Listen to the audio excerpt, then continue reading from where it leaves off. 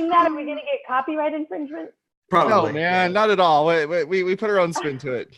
As long as George sings it as well, then we should be okay. Turn and face the strange. Why do you do this to me? Because we love you. It's really done out of love. This is love. This is what it feels Are we live? We are live. What's up? Oh my gosh. Yes, we are live. What's up, everyone? This is Jason Tucker, and this is WPwatercooler, episode number 310. 310. Who would have thunk? I know, right? Who would have thought? It's been like, I don't know how many years, whatever. Let's go around the room real quick, get everyone introduced. I'm going to roll the die, and the die says it's George. George, you're going to be the first person to introduce yourself. How are you doing? Crap. He wasn't ready. I am someone. I don't know who I am. Who am I? Oh, right. I'm George Stefanis. I work on Jetpack partnerships and other stuff at Automattic. And I try to stay out of trouble. I fail mostly, but I try. Awesome. It's good to have you, George. Good to have you, George. Say, how about you? Tell us about yourself. Well, my name's Say, and I work in a button factory. My name's Say Reed, and I make WordPress, teach WordPress, tweet WordPress, that Say media on all the things.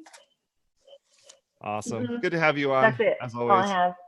What do you mean good to have me on? Good to have you on. What's going on with my hair today? What is this thing that's sticking way out of the side? I don't know what that is. It's very Johnny Neutron. Is it? I am. The people that are listening to us right now are going, what is it? What's going on with Steve's hair? I am. Johnny Neutron thing going on. That's all. I am Steve Zengin. I'm the founder of Zeek Interactive, and I run the OC WordPress meetup. Allegedly. I may change me. Oh my goodness. I can't trace time.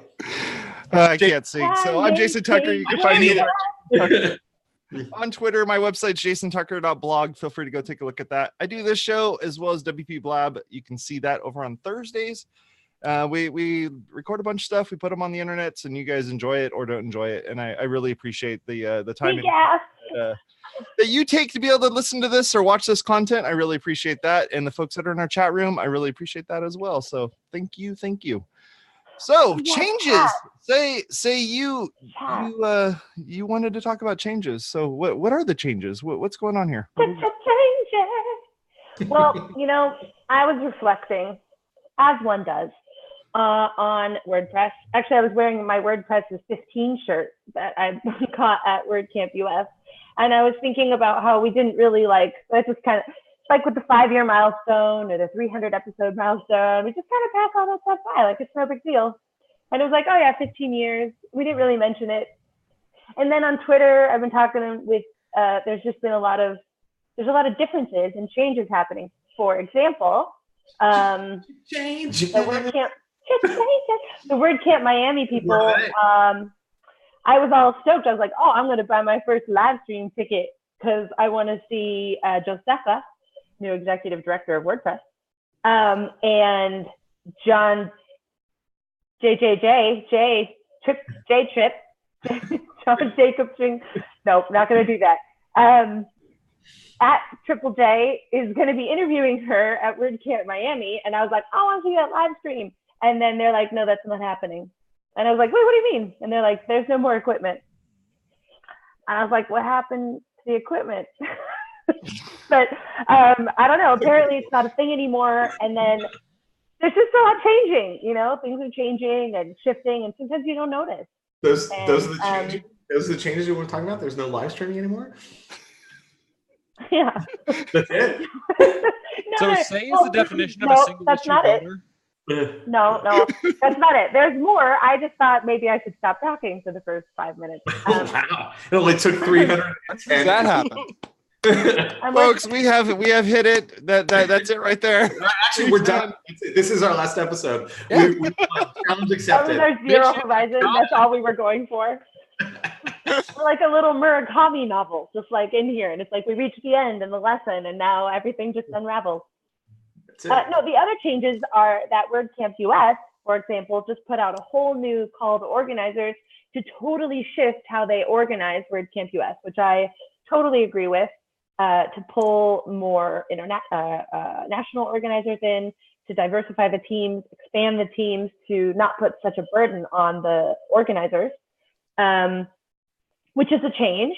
And a couple weeks ago, we were talking about how WordCamp US was also looking, we didn't talk about it on here, but on Twitter, we're talking about how WordCamp US is looking into having childcare available during WordCamp US.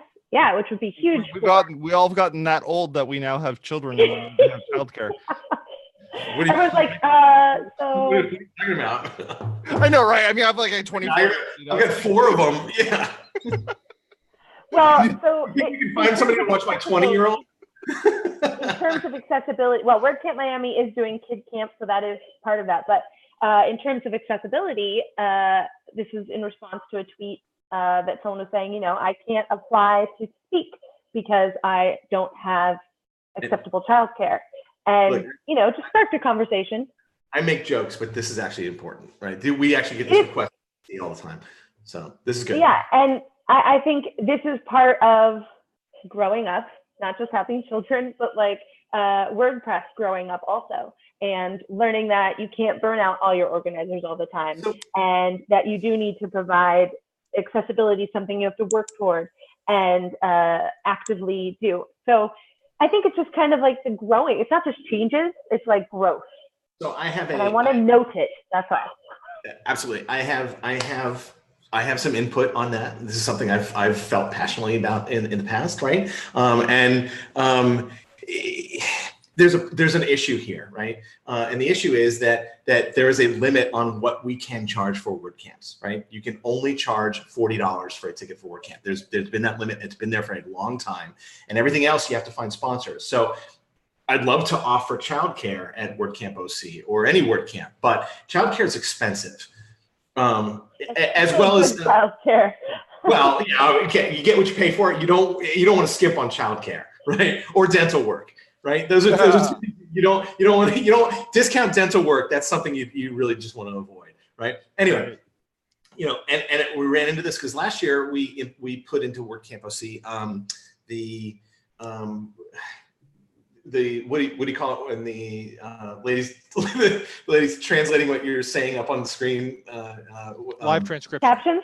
Transcription, yeah. Transcription. Thank you. I don't know why that word escaped me for a minute, but she wasn't cheap. She was $2,000 for the weekend, right? That's a significant expense. Childcare is more expensive than that. So I'm all for adding all of these services at WordCamp so that everyone can attend and their kids can attend, right? But these things are expensive, and so I have a problem with adding all these things and never raising the price of the tickets. The price of the tickets needs to go up a little bit. We should just buy out an IKEA, and then we can just have the play zone be the place for the kids to run around in, or maybe at McDonald's. We'll just do it. That's actually no. The IKEA play zone is actually the after party. Let's be honest. Right. So there's an ancillary point here, which is, yes, we could talk about whether or not we want to do that for all attendees. What we could also talk about is saying, for speakers, if you want to come and speak and childcare is an issue for you, we will work with you. Often there are like local daycare places or something that you could pay, that are fully accredited, fully insured. You could do a day pass, and then the camp could just soak the cost for the one speaker that may need it. Look, I'm with you. Like there are plenty of solutions. All I'm pointing at is that there's a gap. Right? Yeah. There's a gap between the money that you collect from ticket sales and the money that you have to collect in sponsorship, and that gap is getting bigger every year. Every time we add something, it gets bigger and bigger. So. And I don't know about this, but is the rule still that you can't, for example, have a sponsor do a single thing? Like you couldn't bring in a marquee sponsor to just sponsor childcare. They have to be like across the board sponsors, right? No, you can have in-kind sponsors for anything. Yeah, you absolutely can do that. So you could bring in like a marquee, like, this person is sponsoring childcare for this type of deal. Absolutely. Yeah. Yeah. We have in-kind sponsors for all kinds of things at WordCamp OC. That used to be like there was like a after party that we did that for, and then there was all sorts of drama, and then it's all been, well, see, this is just the thing, right? So in tech, in this world, with these recurring things, all this stuff is changing all the time. And if you step out of the stream for a little bit of time, whether it's on the tech side or it's even on the organizing side or it's on the going to WordCamp side. It's like you almost really, everything shifts around you and you have to. Sarah, you have to start singing again. I'm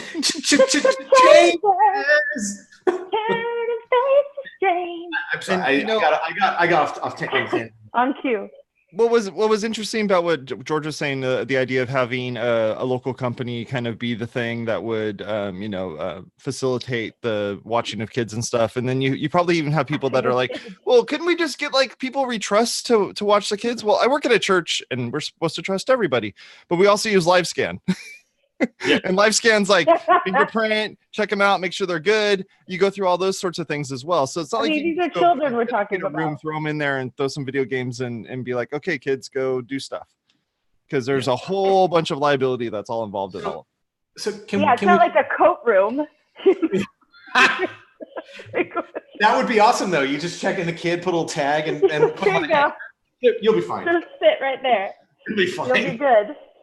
But I think it's good that we have problems. I lost my number. I don't know what I think it's good. I think it's good that we have problems like this because of the fact that we have people that work from home. So they're at home all day long and they don't need to worry about these sorts of things. But then you take them out of that environment and now you have to worry about that sort of thing.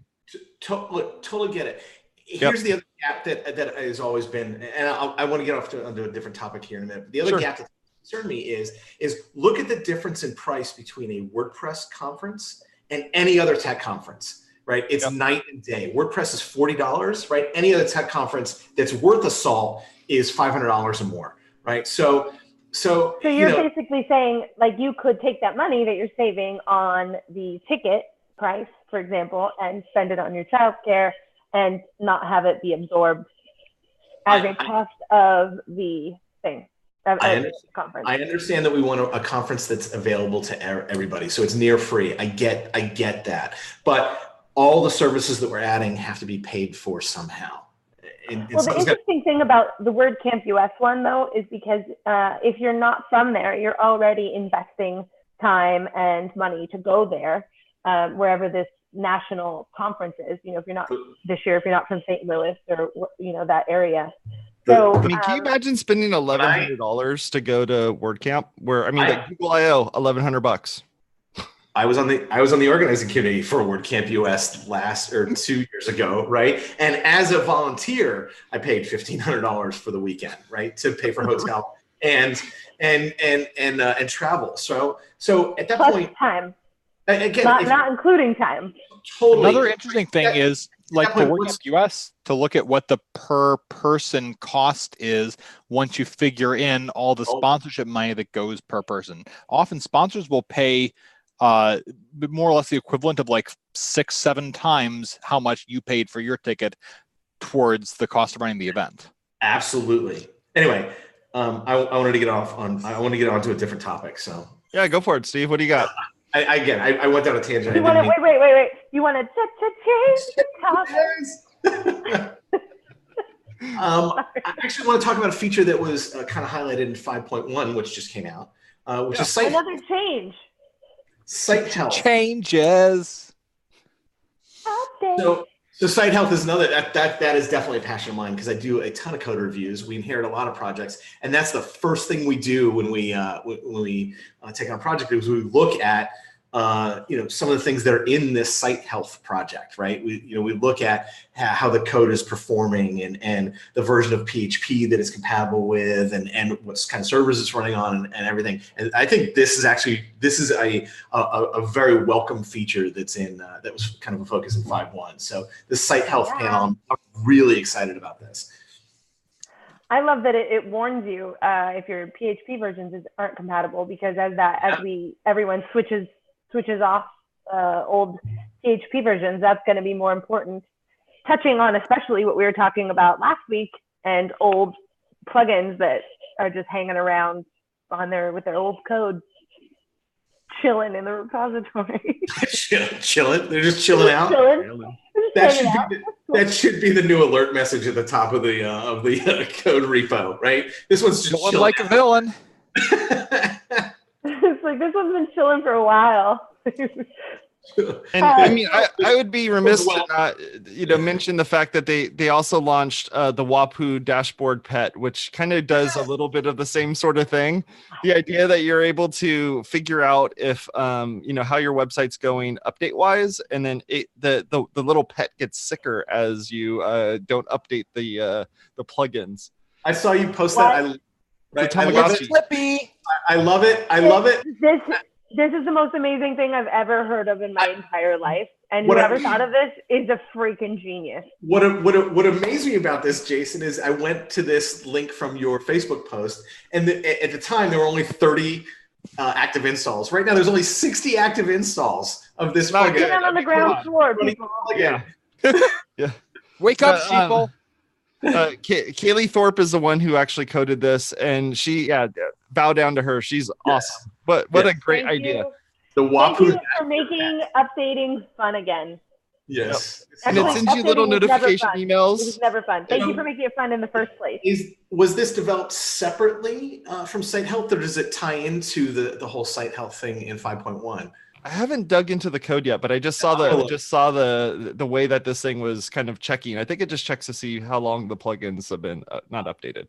Yeah. Oh, by the way, an update on what we were talking about last week. I found another plugin that is actually current that shows you the time since a plugin has been updated. Let me find it real quick. Hang on a second. I actually did some real digging on this. Check you out doing some research. Who would have thought? Yeah. Yeah, it happened. The guy that shows up with the dictionary definition of words is doing research.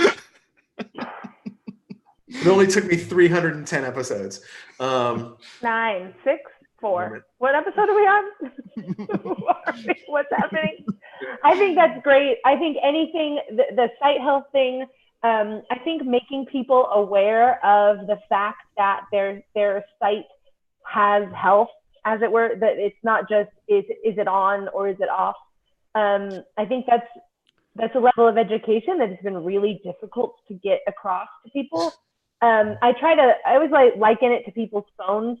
And I'm like, sometimes apps stop working if you aren't updating your phone. And then everyone's like, yeah, but then I just delete the app and life goes on. And so it's not exactly the same with your website because it has to work differently. So I'm just excited that there's this Site Health stuff and there's this Wapuu guy, which I'm going to now install on every site that ever existed. So it's called plugins last updated column. It's a horrible name for a plugin, but it works. And so what it does is it puts an extra column in your plugins. Wait. Does it add a column where it shows when the plugin was last updated? No, I know. Maybe the name actually describes what it does. Maybe it's not the worst name ever after all. Here's what's funny. I put a link in there for you, Jason. If you look at it, if you look at the screenshot, it has a column which shows you the length of time since it was last updated, but it colorizes that column. So green means it's fairly current. Orange means, or yellow means it's got a warning. Orange means it's out of date, and then red means it's seriously out of date. Well, this plugin itself is 9 months old, so it gets a yellow. I love it. I mean, so many plugins don't need to be updated on a regular basis. Look, I'm with you. I get it. Right? It's a very simple plugin. I totally get it. But this is another Alanis Morissette plugin. Wait, but I think I misunderstood. So this plugin is actually showing when the plugin was last updated in the repo, not when it was last updated on the site itself. So what's important about this is let's say a plugin doesn't go through an update for 3 years, right? Without this kind of information, it looks current in your plugins panel, right? Because it is up to date according to the WordPress plugin repository, right? But even though it hasn't been updated, it's still up to date. And that was my complaint, is that I think WordPress should give you a more immediate feedback in the panel to show you if a plugin's not been tested with your most current version of WordPress, hasn't been updated in a while, that kind of thing. And you can't get that unless you click details. So this sort of brings that forward. I would still be reluctant to use something like this on a client site because they will see red and be alarmed, even if it's okay. Is there a way to dismiss the alarm, or is it just no matter what, it's going to be color coded that way? This will just make it color coded, and I'm not recommending that you put this in front of your client, because yes, they're gonna set up. Yeah, it's gonna be red flags all over the place. Like, oh my God, like literal red flags. Yes. Yeah. Well, that being said, couldn't you just throw a flag on so it only displays for you as the developer and the users don't see it? Totally could. But I love this as a developer because I get an immediate, feedback there as to if there are visual feedback. Yeah. And that's what really, when I do a code review, I'm looking for plugins that are a year old or more, right? Not that, again, to George's point, not that that's necessarily bad. I just want to do a review to see if there are any that, are seriously out of date, and seriously out of date as far as code goes, not necessarily time. I think all those flags and such, and keying them only to admin roles is actually really important. I've been on a client site this week, and there's just so many freaking notices that are happening in the site. I can't even turn them off fast enough and just like get rid of them fast enough. And I worry. I don't just worry. I know that it is training the client to ignore their notifications. Which is, well, do you have any sites? Do you have any client sites that you log into, and there's so many notices that what you're actually looking for is now below the fold, yes. Right? So notices have taken all above the fold. That always cracks me. It's so bad. But the thing is, you can't and some of them you have to go in per user and dismiss them.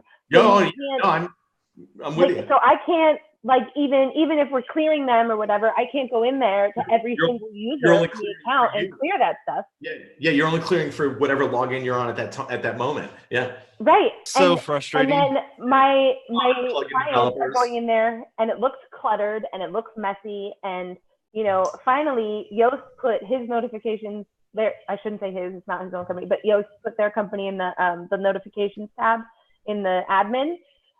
Which, we've talked about a couple times, which would be great to throw that up there into the notifications. But there's the wild west of notifications happening, and it's just I don't know if it's gotten worse or if my clients are just not dismissing them more. I don't sure, but it's a mess. Yeah, you know what these plugin developers need? Some changes. Aren't they making changes though? I feel like people should be upgrading. This is the whole point, right? WordPress is 15. The new code's happening. We've got the new block editor. We've got this whole new frontier. We never even talked about the whole Newsmax thing or whatever the hell that's called. Real quick, there's a lot changing. Yeah, but back to your notifications thing, right? What excites me about a site health area or panel, yeah, what excites Steve is that you can take some of that important information and compartmentalize it somewhere in the dashboard, right? WooCommerce does a very good job of that. When you click whatever, there's a report or whatever, or basically you go to a screen that tells you everything that's going on with WooCommerce. If there's compatibility issues, right? If things are outdated, that's nice that it's compartmentalized into one spot, right? Rather than taking up the notifications area at the top. But we're kind of with that right now, where we were with the theme options panel 5 years ago, because everyone's doing it differently. They're well, here's my site health area, and here's my site health area, and here's my flag that's going to be here.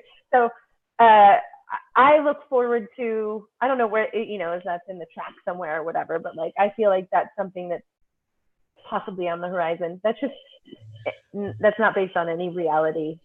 Well, there whatsoever. This is the prediction. Ultimately, there should be some little area in the top right of the admin dashboard that looks like a little email envelope that is notifications. It's got a pull down. Are you saying that Microsoft's been doing it right this whole time, throwing it in the little right-hand corner? Whoa! I didn't go that far. Wow, Steve, I I'll put words in my mouth. This is how rumors get started and businesses fail. Microsoft. Cooler. What on the water cooler this week? Steve's a Microsoft fan. No. I'll make sure Tavern gets an update about this. I mean that's where this could go though, right? The site health area could be part of these notifications. This could be part of really pulling that into a standardized area where that would make keeping the health of the site less traumatic for the user, or at least being able to like understand what it is they're seeing. Because the users aren't even clearing those boxes because they don't know if they should clear those boxes. They don't know what happens if they do clear those boxes. It's really a matter of decluttering, right? Because right now, if you're not experienced with WordPress and all these notifications drop, everything looks like an emergency. It looks like my site is broken. It looks like Fox really News on the bottom of it. It's just 5 plugins asking for you to give them a thumbs up, right? It's just. This is the problem. Everyone's like using their red. They're like, oh my gosh, buy me a beer. Have you rated us yet? Why not? Every alarm that ever was. This is why I liken it to the theme options panel, because when everyone's just doing their own thing, it ends up in total chaos land. And the solution to that was it's still a little chaotic, obviously, but the customizer. And so I'm hoping that this is the solution to that in the future. I wonder if pull that aside. I wonder if we could create a plugin that forces notifications into a Microsoft-like notifications tab in the top of the admin panel. Like they could maybe that little Wapuu guy. We call it declutter. Wait, George, you have a hide all notices plugin? What is the plugin you discovered? Yeah, so you were just listening. You were just shaking his head at me right now. I took 4 minutes. I took 4 minutes while you guys were talking, did a little search, and I found this thing that just uses CSS to just go and hide the notifications. I love it. It's nothing special, but the little character is cute. It's a little cat inside. You're literally let me Google that for you while we're discussing it. You're like literally. This is my job. I make sure that the cameras are correct, the levels are good, and that everything's streaming out to the internet. And other than that, feed us information. Well, we don't know if that plugin's any good. I have questions now. Now I have research questions. Does it hide all notices per user role? Does it hide all notices across the board? What I'm curious about is if somebody has done a custom notice, right? Because it's not everybody does their notice the same. People do a custom way of doing their notifications. Does it hide those? Yeah, Wait, I mean, I have one. You can't just give us a plugin and then let's set us loose on it.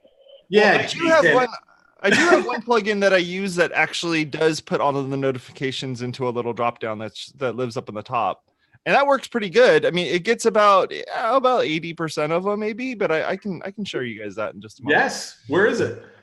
Yeah, Is it why aren't you dropping that one? He's gonna send us Microsoft Outlook right now. Yeah, here's the CD. Download it real quick, and then you can go check it out. A CD. This is a problem. I was going to say, this is a problem that still exists, right? Like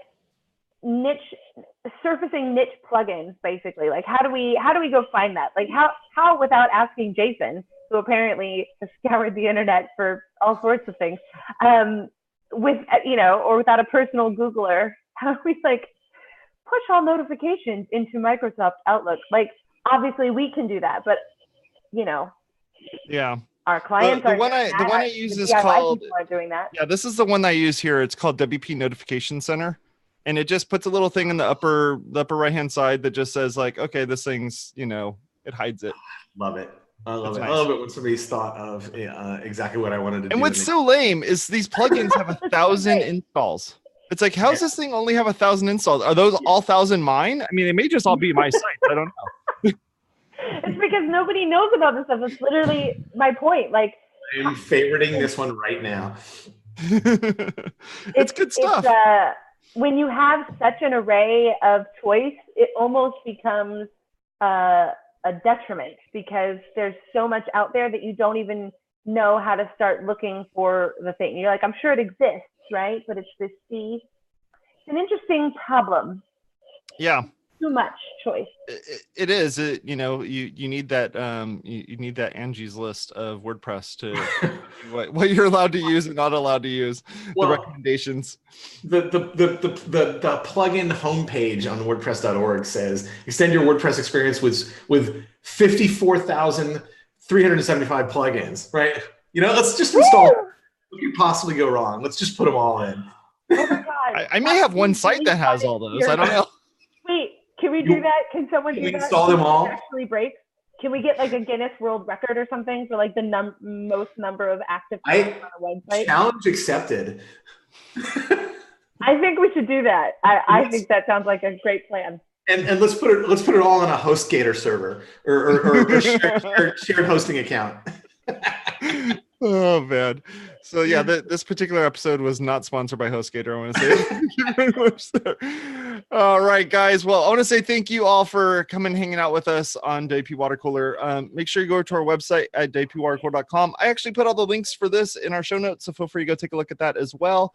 And if you enjoyed this content, make sure you share it with somebody. Yeah, I would appreciate that. If you need to subscribe, WPwatercooler.com/subscribe. Talk to y'all later. Bye-bye. Changes.